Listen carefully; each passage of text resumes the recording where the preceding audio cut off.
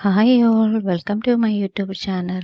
Today I would like to show you a beautiful hand embroidery which I am doing is on a Carnation flower embroidery. So for that I'm using three colors of thread with the different types of stitches. So we can see each threads in detail.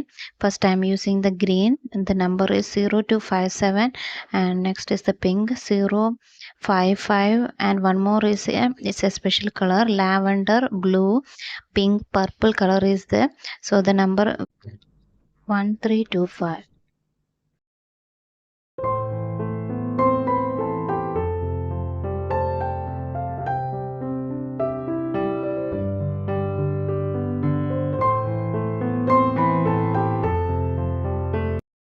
Here I am starting with the stem. For that I am using split stitch. For this I am taking 4 strands of thread. For that I am breaking the base of the flower. From there to upside, the thread should go under the fabric to upside, go a little front, come back, and should come upside in between the two stitching knots, and the thread should be passed between the two between the center of the four threads. So two in between the two and two thread, the thread should be passed from under part of the fabric to upside. So here we can see in detail.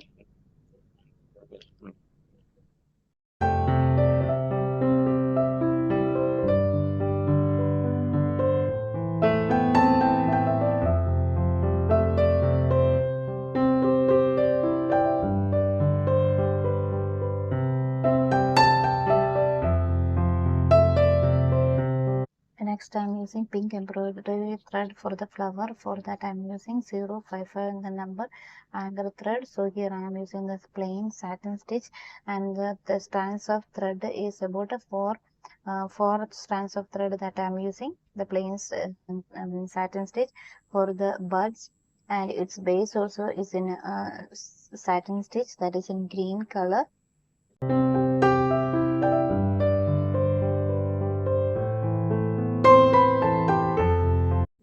Here I am using the same split stitch for the small stem. Next we'll do the embroidery of the leaf. For that I am using the herringbone stitch. It is also called as crow stitch or shadow stitch. So here I am using the 4 strands of thread. First should be picked from the downside, should go upside, move a little bit front. The same thing we should do the opposite side, come back, then go opposite side, and go move the thread to down a little front, and should come back in the same side, opposite side also do. So consecutively we should complete using the cross stitch using the thread in the opposite manner. So we will get a herringbone stitch.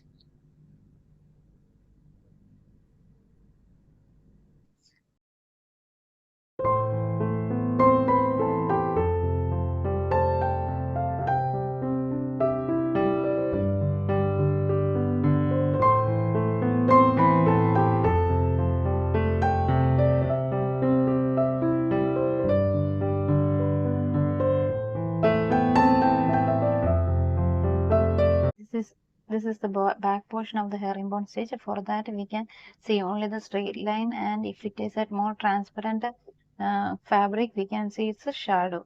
Next we'll go to the flower section. For that I'm using the pink embroidery thread, and its number is about 055. We can take it as about the 4 strands.